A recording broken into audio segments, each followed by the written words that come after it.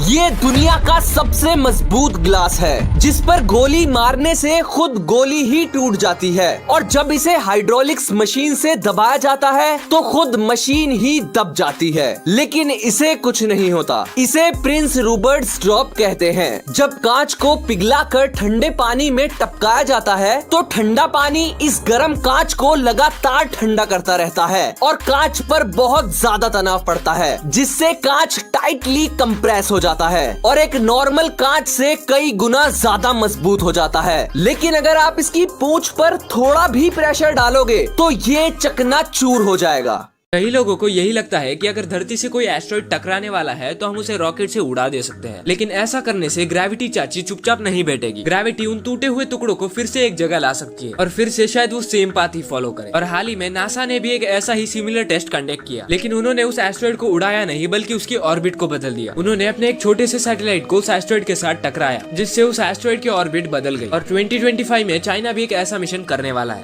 अगर कोई आपको महीने का 1 करोड़ भी दे तो भी ऐसी जॉब मत करना। दरअसल 2022 में 5 डाइवर्स पानी के अंदर एक ऑयल पाइपलाइन के मेंटेनेंस का काम कर रहे थे। तभी गलती से उन्होंने पाइपलाइन का प्रेशर प्लग खोल दिया और 5 डाइवर्स पानी के अंदर एक सिंक की तरह खींचे चले गए और पाइपलाइन के बीच में जाकर फंस गए। वहाँ चारों तरफ बिल्कुल काला अंधेरा था और दोनों तरफ सिर्फ और सिर्फ कच्चा तेल और जगह भी सिर्फ 25 इंच मोटी। उन्होंने अंदाजा लगाया और बर्थ 6 की तरफ जाने लगे। कच्चे तेल और पुराने पाइप की वजह से उन्हें काफी इंजरीज हुई। उनके आईज थ्रोट जल रहे थे, वो सांस नहीं ले पा रहे थे और बहुत ही बुरी तरह फंस चुके थे। सर्वाइवल चांस बिल्कुल ना के बराबर था। पर क्रिस्टोफर ही एक ऐसे शख्स थे जिन्होंने अपनी उम्मीद नहीं खोई और कैसे भी करके इस पाइपलाइन से बाहर आने में कामयाब रहे। उन्होंने ये पूरा इंसिडेंट लोगों को बताया। पर शर्म की बात यह है कि उन डाइवर्स को कोई भी रेस्क्यू करने नहीं जाता और 2 दिन तक पाइपलाइन के अंदर बेरहमी से फंसे रहने की वजह से वो चारों डाइवर्स मारे जाते हैं।